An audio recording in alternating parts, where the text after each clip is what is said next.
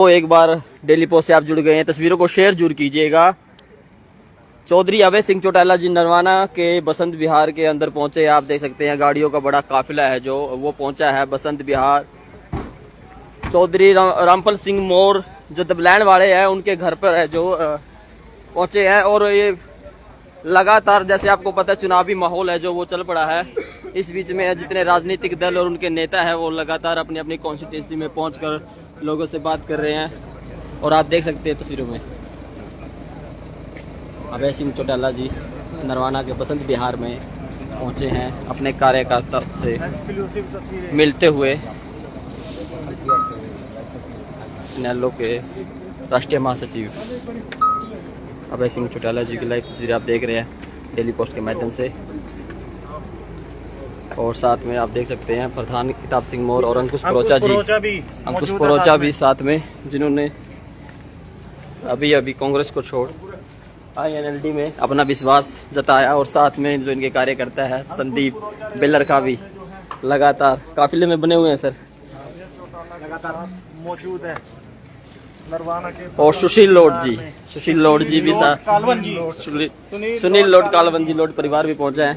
परिवार भी मौजूद है, सभी कार्यकर्ता यहाँ पर पहुंचे हुए हैं। तो सभी कार्यकर्ता इनेलो के हैं जो मजबूती के साथ अपने सिर्फ नेता के साथ उनके हाथ मजबूत करते हुए लगातार बने रहे हमारे साथ। एक्सक्लूसिव जो तस्वीरें आप यहाँ पर देख रहे हैं डेली पोस्ट के माध्यम से। और पिंकी दनोदा जी भी यहाँ पर पहुँचे हैं और रामपाल माजरा जी पार्टी के प्रदेश अध्यक्ष देख सकते हैं। चौधरी अभय सिंह चौटाला जी INLD के राष्ट्रीय महासचिव और साथ में प्रधान अंग्रेज दनोदा अंकुश परोचा जी देख सकते हैं आप लाइव तस्वीरों में। मौजूद है यहाँ पर। बीजेपी ने सबसे पहले टिकट जारी की थी और अब धीरे धीरे उन्हीं की कैंडिडेट वो बदलने जा रही है इलेक्शन से पहले। इसका मतलब है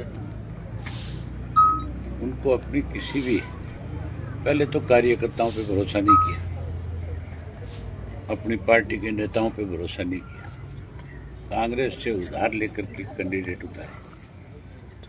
अब जब उनका विरोध हो रहा है तो फिर कहीं बदलने की बात की जा रही है। ये मान के चलो राजनीति में भरोसा हुआ करता है। जो पार्टी किसी पे भरोसा नहीं करे लोग उस पर भी भरोसा नहीं करते। सीतारमण वित्त मंत्री हैं, उनके पति का एक वीडियो वायरल हो रहा है सोशल मीडिया पर। उनका कहना है कि इलेक्ट्रो की बॉन्ड देश का सबसे बड़ा घोटाला बॉन्ड होगा और जो बीजेपी उसमें फंसती कहीं कहीं नजर आ रही है। अगर उन्होंने ऐसा बयान दिया है तो फिर सबसे पहले तो उनको अपनी धर्मपत्नी को विड्रा करना चाहिए था उस मंत्रिमंडल से जिसमें वो फाइनेंस मिनिस्टर थी। और फिर देश के सामने ये मैसेज देना चाहिए था भी हम तो ईमानदारी के साथ देश की सेवा करना चाहते हैं।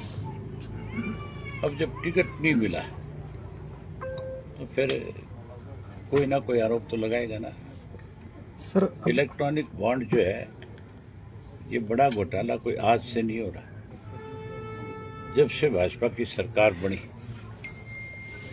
जब से मोदी साहब बने, जब पीछे वित्त मंत्री जेटली साहब थे वो लेकर के आए थे। ये फाइनेंस डिपार्टमेंट का ही काम था जिसकी लंबे समय तक वित्त मंत्री रही है सीतारमण। सर अभी चुनाव में इनेलो पार्टी कौन से मुख्य मुद्दे लेकर उतरेगी?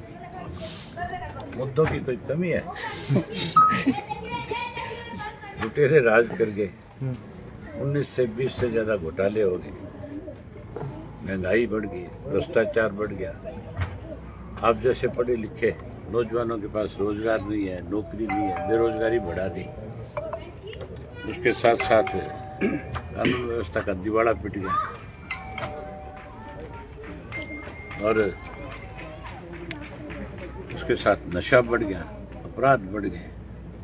और मुद्दा तू बता दे सर। मोदी साहब है जो भ्रष्टाचार को दूर करने का नारा लेकर अब की बार इलेक्शन लड़ रहे हैं सर, उनका बयान है सर। 10 साल में क्या किया मोदी ये बता दे। 10 साल पहले जब बना था तब भ्रष्टाचार याद नहीं आया। और अब आप कैसे कह सकते हो कि भ्रष्टाचार का मुद्दा लेके आए? वो तो 400 पार का लेके आया नारा। 400 पार ये तो तने तेरी तरफ से जोड़ दिया मोदी का तो सर ऐसे कह रहे हैं कि 400 पार, लेकिन कुछ लोग कह रहे हैं कि इनको हार का डर सता रहा है इसलिए 400 पार कह रहे हैं। आप नरवाना के रहने वाले हो। बिल्कुल। नरवाना सरसा लोकसभा क्षेत्र का हिस्सा है। ईमानदारी से बताओ कौन जीतेगा? ये तो समय बताएगा सर। नहीं सर, इसमें तो कोई दो राय नहीं है। तेरी वोट कहाँ जाएगी?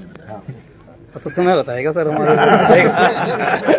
सर किसान कह रहे हैं किसान हितैषी को जाएगा सर, और इसको देखते हुए तो सर आपने ही है जो किसानों के लिए अपनी विधानसभा का आहुति दी थी, तो फिर किसान हितैषी अगर लोग हैं यहाँ के, वोट किसान के पक्ष में जाएगा तो फिर इंडियन नेशनल लोकदल पार्टी जीतेगी कि नहीं जीतेगी? जीतेगी।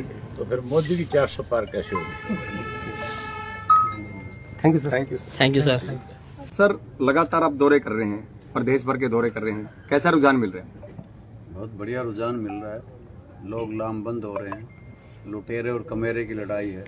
कमेरे के साथ लोग जुड़ना चाहते हैं, और पहले भी जब भी कमेरे और लुटेरे के मध्य में इस प्रकार की लड़ाई हुई, राजनीतिक तौर से कमेरे वर्ग के लोगों ने, बच्चे बूढ़े जवान जो किसी भी जात किसी भी धर्म से संबंध रखते हैं, उन्होंने कमेरे का साथ दिया।